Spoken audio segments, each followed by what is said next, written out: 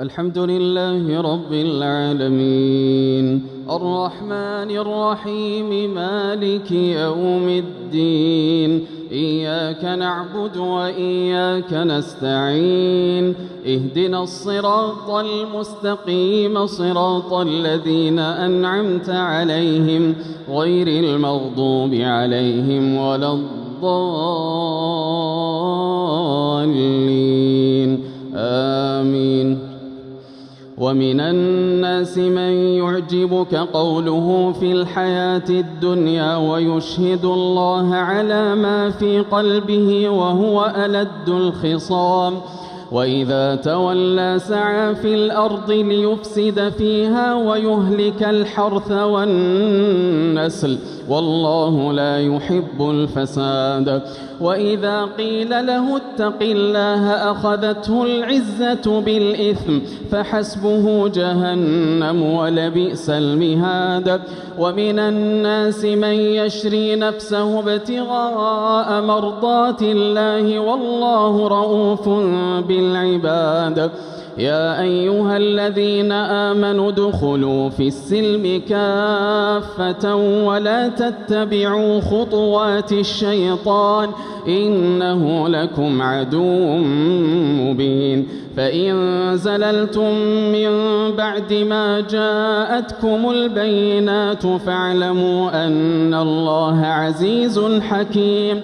هل ينظرون إلا أن يأتيهم الله في ظلل من الغمام والملائكة وقضي الأمر وإلى الله ترجع الأمور. سل بني إسرائيل كم آتيناهم من آية بينة ومن يبدل نعمة الله من بعد ما جاءته فإن الله شديد العقاب. زين للذين كفروا الحياة الدنيا ويسخرون من الذين آمنوا والذين اتقوا فوقهم يوم القيامة والله يرزق من يشاء بغير حساب. كان الناس أمة واحدة فبعث الله النبيين مبشرين ومنذرين وأنزل معهم الكتاب بالحق ليحكم بين الناس فيما اختلفوا فيه وما اختلف فيه إلا الذين أوتوه من بعد ما جاءتهم البينات بغيا بينهم فهدى الله الذين آمنوا لما اختلفوا فيه من الحق بإذنه والله يهدي من يشاء إلى صراط مستقيم. أم حسبتم أن تدخلوا الجنة ولما يأتكم مثل الذين خلوا من قبلكم مستهم البأساء والضراء وزلزلوا حتى يقول الرسول والذين آمنوا معه متى نصر الله ألا إن نصر الله قريب. الحمد لله رب العالمين الرحمن الرحيم مالك يوم الدين إياك نعبد وإياك نستعين اهدنا الصراط المستقيم صراط الذين أنعمت عليهم غير المغضوب عليهم ولا الضالين آمين. يسألونك ماذا ينفقون قل ما أنفقتم من خير فللوالدين والأقربين واليتامى والمساكين وابن السبيل وما تفعلوا من خير فإن الله به عليم.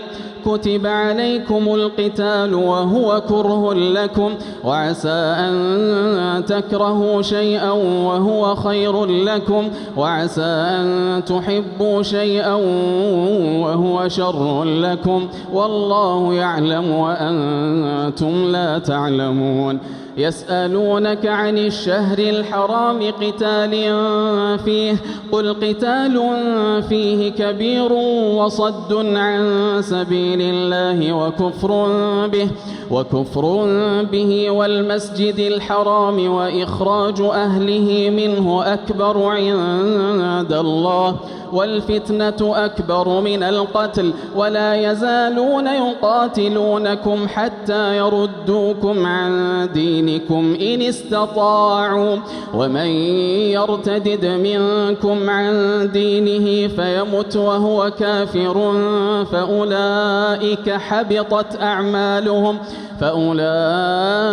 حبطت أعمالهم في الدنيا والآخرة وأولئك أصحاب النار هم فيها خالدون إن الذين آمنوا والذين هاجروا وجاهدوا في سبيل الله أولئك يرجون رحمة الله والله غفور رحيم.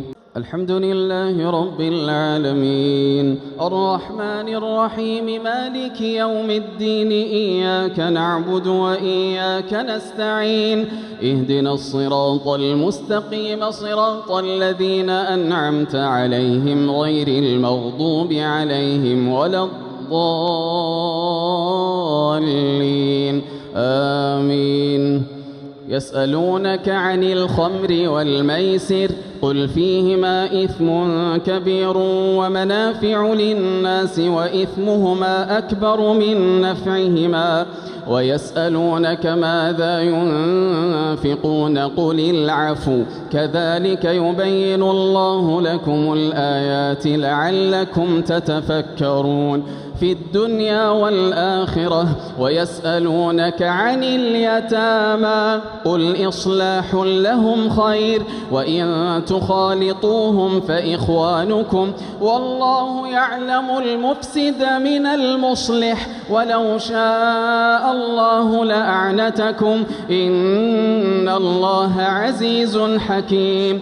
ولا تنكحوا المشركات حتى يؤمن ولأمة مؤمنة خير من مشركة ولو أعجبتكم ولا تنكحوا المشركين حتى يؤمنوا ولعبد مؤمن خير من مشرك ولو أعجبكم أولئك يدعون إلى النار والله يدعو إلى الجنة والمغفرة بإذنه ويبين آياته للناس لعلهم يتذكرون. ويسألونك عن المحيض قل هو أذى فاعتزلوا النساء في المحيض ولا تقربوهن حتى يطهرن فإذا تطهرن فأتوهن من حيث أمركم الله إن الله يحب التوابين ويحب المتطهرين. نساؤكم حرث لكم فأتوا حرثكم أنى شئتم وقدموا لأنفسكم واتقوا الله واعلموا أنكم ملاقوه وبشر المؤمنين. ولا تجعلوا الله عرضة لأيمانكم أن تبروا وتتقوا وتصلحوا بين الناس والله سميع عليم. لا يؤاخذكم الله باللغو في أيمانكم ولكن يؤاخذكم بما كسبت قلوبكم والله غفور حليم. للذين يؤلون من نسائهم تربص 4 أشهر فإن فاءوا فإن الله غفور رحيم. وإن عزموا الطلاق فإن الله سميع عليم. والمطلقات يتربصن بأنفسهن 3 قروء ولا يحل لهن أن يكتمن ما خلق الله في أرحامهن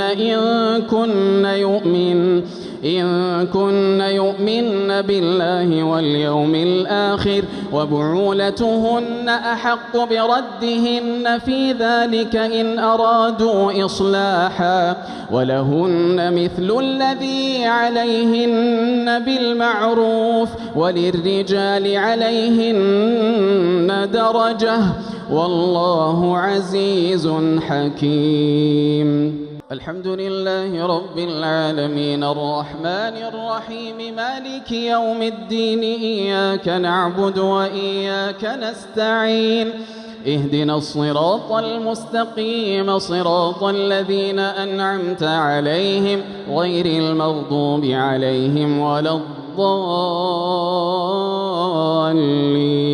آمين.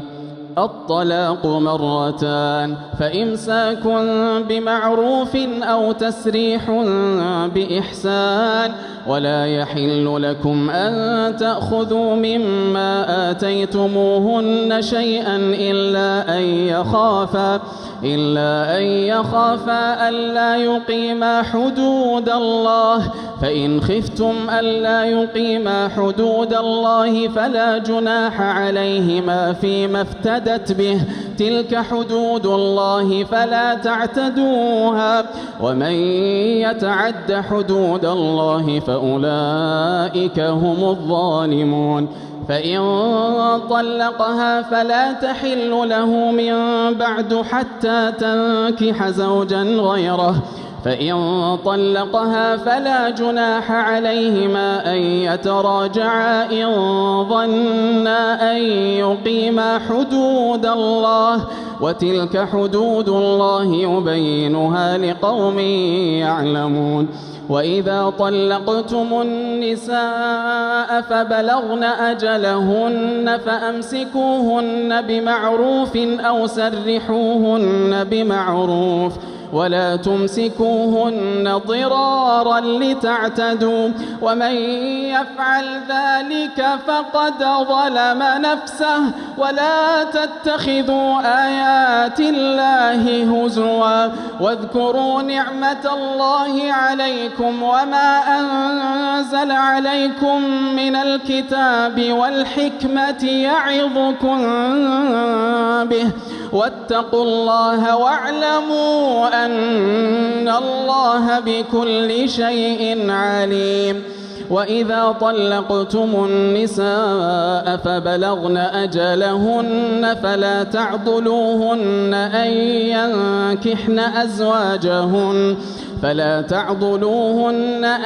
ينكحن أزواجهن إذا تراضوا بينهم بالمعروف ذلك يوعظ به من كان منكم يؤمن بالله واليوم الآخر ذلكم أزكى لكم وأطهر والله يعلم وأنتم لا تعلمون.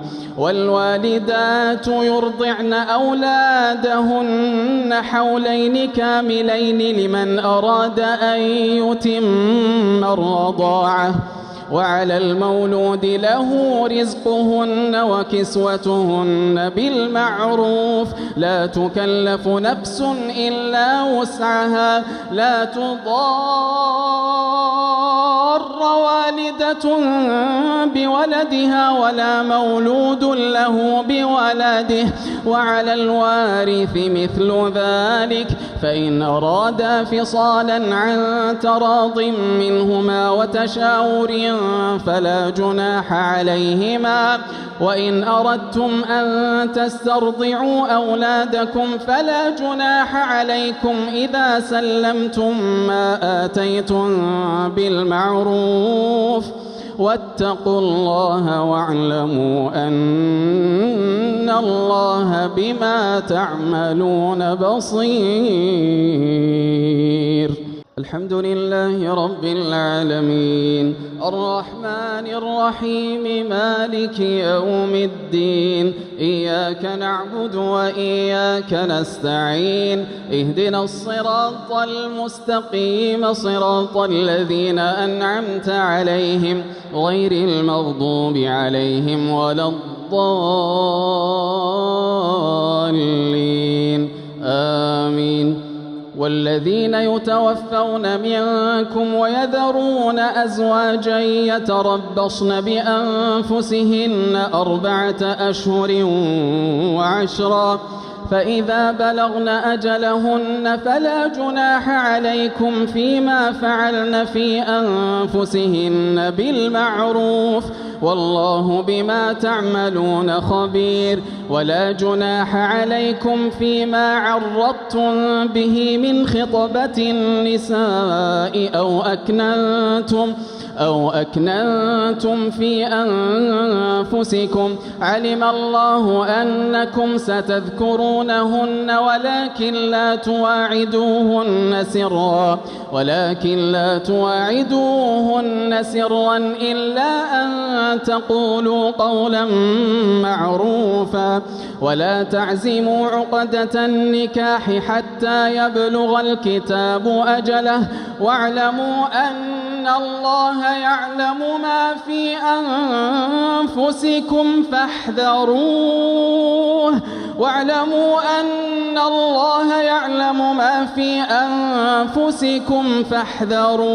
واعلموا أن الله غفور حليم. لا جناح عليكم إن طلقتم النساء ما لم تمسوهن أو تفرضوا لهن فريضة ومتعوهن على الموسع قدره وعلى المقتر قدره متاعا بالمعروف حقا على المحسنين. وإن طلقتموهن من قبل أن تمسوهن وقد فرضتم لهن فريضة فنصف ما فرضتم إلا أن يعفون أو يعفو الذي بيده عقدة النكاح وأن تعفوا أقرب للتقوى ولا تنسوا الفضل بينكم إن الله بما تعملون بصير. حافظوا على الصلوات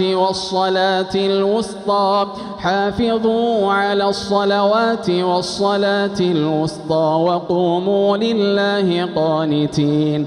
فإن خفتم فرجالا أو ركبانا فإذا أمنتم فاذكروا الله كما علمكم ما لم تكونوا تعلمون.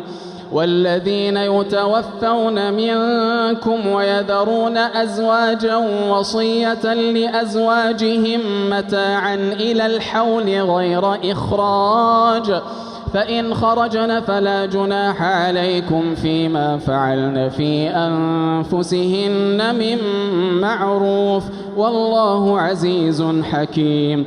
وللمطلقات متاع بالمعروف حقا على المتقين كذلك يبين الله لكم آياته لعلكم تعقلون. الحمد لله رب العالمين الرحمن الرحيم مالك يوم الدين إياك نعبد وإياك نستعين اهدنا الصراط المستقيم صراط الذين أنعمت عليهم غير المغضوب عليهم ولا الضالين آمين. ألم تر إلى الذين خرجوا من ديارهم وهم ألوف حذر الموت فقال لهم الله موتوا ثم أحياهم إن الله لذو فضل على الناس ولكن أكثر الناس لا يشكرون. وقاتلوا في سبيل الله واعلموا أن الله سميع عليم. من ذا الذي يقرض الله قرضا حسنا فيضاعفه له أضعافا كثيرة والله يقبض ويبسط وإليه ترجعون ألم تر إلى الملأ من بني إسرائيل من بعد موسى إذ قالوا لنبي له مبعث لنا ملكا نقاتل في سبيل الله قال هل عسيتم إن كتب عليكم القتال ألا تقاتلوا قالوا وما لنا ألا نقاتل في سبيل الله وقد أخرجنا من ديارنا وأبنائنا فلما كتب عليهم القتال تولوا إلا قليلا منهم والله عليم بالظالمين وقال لهم نبيهم إن الله قد بعث لكم طالوت ملكا قالوا أنى يكون له الملك علينا ونحن أحق بالملك منه ولم يؤت سعة من المال قال إن الله اصطفاه عليكم وزاده بسطة في العلم والجسم والله يؤتي ملكه من يشاء والله واسع عليم وقال لهم نبيهم إن آية ملكه أن يأتيكم التابوت فيه سكينة من ربكم وبقية مما ترك آل موسى وآل هارون تحمله الملائكة إن في ذلك لآية لكم إن كنتم مؤمنين.